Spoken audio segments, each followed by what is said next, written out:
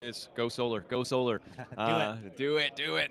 We're broadcasting live streaming from the Halifax Conference Center for the Atlantic Canada Solar Summit. And it's been a wonderful day of great conversations. And just again, everyone's got the same idea here to move solar, move renewables forward. And one organization that is leading in Canada and has a huge role to play in that is the Canadian Renewable Energy Association. So I'm excited to join here by Phil, who's the Senior Director of Member You Programs. got it. Yes, I Yes. A nailed lot it. of words. Awesome. Well, thanks, Phil, for stopping by for the live stream. And Canria, how long you been with Canria? I've been with Canria since we started in 2020, but Oh, okay. Canria is actually a merge of Canwea and Cansia. So the wind and solar associations with decades of time in before that. So I came from the wind energy side over Oh, to okay. I didn't Canria. know that. Yeah. Oh, that's cool. So, Canria, sum up Canria for those that are just tuning in and want to know. Yeah, we are the National Association for Wind, Solar, and Energy Storage in Canada. We have around 350 industry members. A booming time for us here. Lots of people joining the team. We work coast to coast. We have boots on the ground pretty much in every province. And yeah, we advocate on behalf of our members, trying to get the policies right, trying to get the economics right for our members. What's that like? I can only assume a challenge It when it is, comes to policy and yeah, it is challenging. We have, of course, a number of jurisdictions we're working within, and Canadian electricity is based on the jurisdiction that you're in. The provinces have authority there, so we do have to tailor and customize our approach to wherever we are in the country, as well as in Ottawa for our federal program. But yeah, it's challenging, but it's also a really exciting time. We've seen a real shift, largely driven by demand. So we're waking up to this fact that we're going to need all the power we can get in the future, and the fastest way and cheapest way to get it now is with wind and solar. couldn't agree more. Of course, I'm a little biased sitting here at a solar conference. You said you came from wind before. There's always this debate. People always say, "Oh, can I add wind to my solar and this, that, and the other?" What's your take? I don't want to pit them against each other because at the end of the day, we need everything. We That's need right. we need it all. Yeah. But what's your thoughts on solar, wind? Well, philosophically, the sun drives the wind, so it kind Oh, of trumps there we go. everything. It's all solar energy in the end. Okay, I like that. But That's a yeah, good spin. definitely a harmony. Yeah. Love the effect that solar can provide so much for summer peaks. Hmm. Wind can provide for winter peaks. It's a really good harmony. Yeah. Throw energy storage into the mix there, And and everything. you've got a pretty good trifecta. Yeah. What's the organization, the track record from the past? Has it been able to affect change? Absolutely, yeah. And it's really hard to quantify sometimes, Mm. right? A change in policy here or a tax policy there. Um, it can take many years to get this forward. So a lot of relationship building, being around there are the right tables at the right times. So we spend a lot of time just getting into the room. But then when the magic happens and you actually see something implemented that you advocated for, it's really rewarding for us and our members. And you see it was worth it. It made a difference. And actually, I would argue that we wouldn't be where we are today without some of the work of my colleagues. Amazing.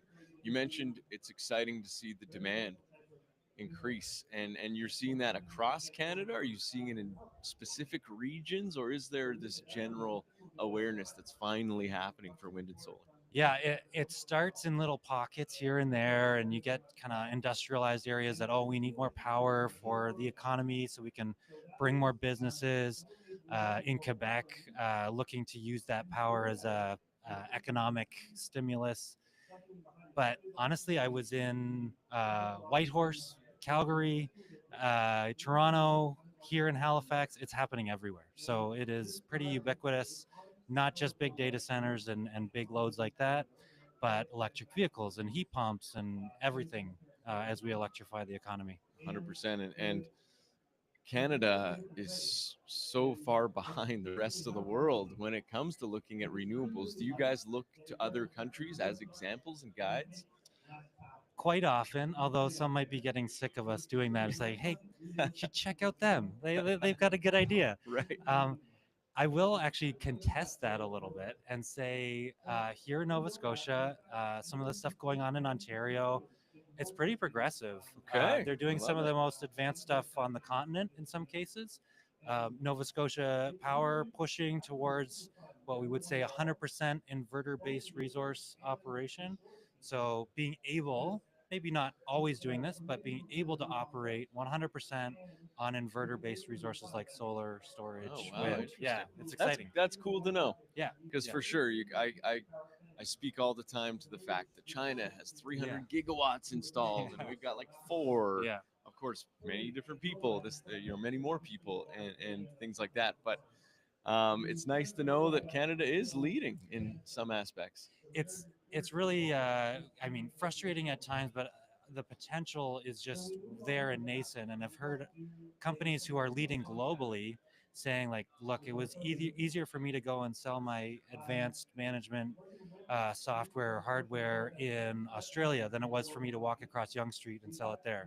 So it's sitting there. We're Right. ready to go. Right. We just need the right opportunities, and I think those the moments are shaping around policy, Yeah. regulatory, and technical capability that it's all coming together. Wonderful. What's the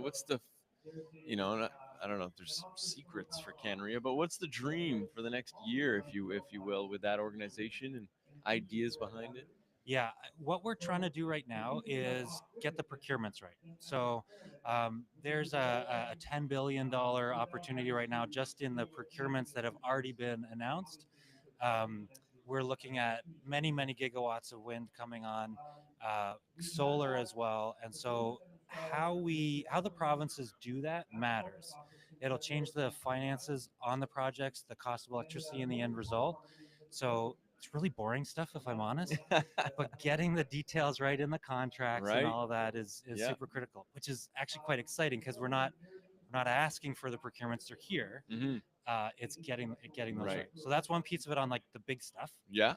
On the small stuff, trying to get across this mentality that we're seeing uptake. People want rooftop solar. They want batteries in their homes. Some people are willing to pay more than others for it, um, but we think about it sometimes in like a reactive way. One house on the street goes solar, right? Then the utility's like, okay, we'll go through all the paperwork to get that one house connected. The mindset shift here is every house on that street is a potential distributed energy resource waiting to connect. And if we can set up our systems to unlock all of those, Right. it's going to be that much easier for their neighbor and their neighbor's neighbor Right. to all connect and get faster processes Right. that way. Well, and you kind of, we talked about it at the start about the challenges. I know one challenge from an installer point of view is every single municipality has their own rules, every city, every Mhm. town. Mhm. So obviously part of the Canria goal here is to get a one book for the country or something. That's right. Yeah, and A guideline. I think we're close. I mean, we borrow a lot from the U.S. as well. They Mhm. figured out a lot of ways to do this, interconnection best practices, Mm-hmm. that where you have these off ramps. Like, hey, I'm a normal connection, so I shouldn't have to jump through all these other hoops. Hey, I'm a weird connection. Okay, now we're going to do the studies, and it's going to take a little longer to connect. So that kind of process, setting that up, that's what we're advocating for right now. But yeah, a long way to go. And at the same time, I think we have to acknowledge that each community is a bit different, right?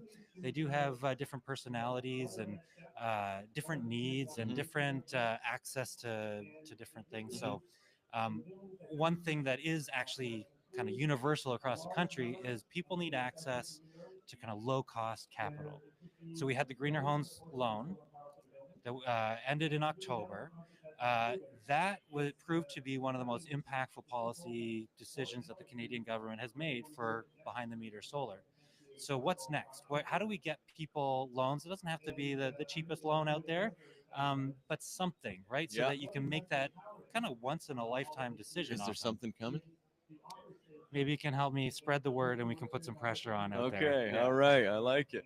Yeah. No, for sure. I mean, at the end of the day, it costs money to borrow money. That's just a fact. And so there's an understanding there, but anyone that I've ever met that's gone solar, there's no regrets. No. Same with an electric car or Yeah. any electrification.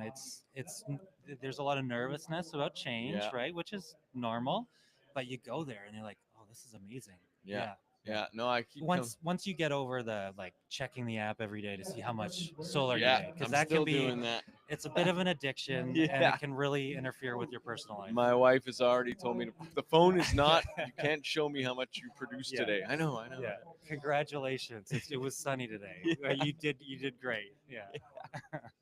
Yeah, but that's it. No, it is a bit of an addiction, and like you said, with the electrification of the grid, and it's all moving in that way. And I love what you said about you got to remember it's the little victories that you guys look to in all of Absolutely. it. Yeah, and collaboration and partnerships and all of that matter. It's very Canadian too, for us to do it that way rather than trying to ramrod anything through. You got to bring people along with you. Totally, education Yeah, is everything. which when you put solar on a roof, that's one of the best educators we have. Is like, what's that? Yeah, People 100 ask questions. couldn't agree more.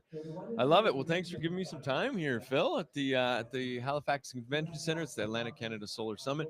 We're chatting with Phil McKay, the Senior Senior director. Director, Member Programs. There we go. We did it. Nailed it. Bookends. Thanks Awesome. so much for the opportunity. This is really fantastic. Yeah, wonderful. All right, more to come. Thanks for checking out the live stream today.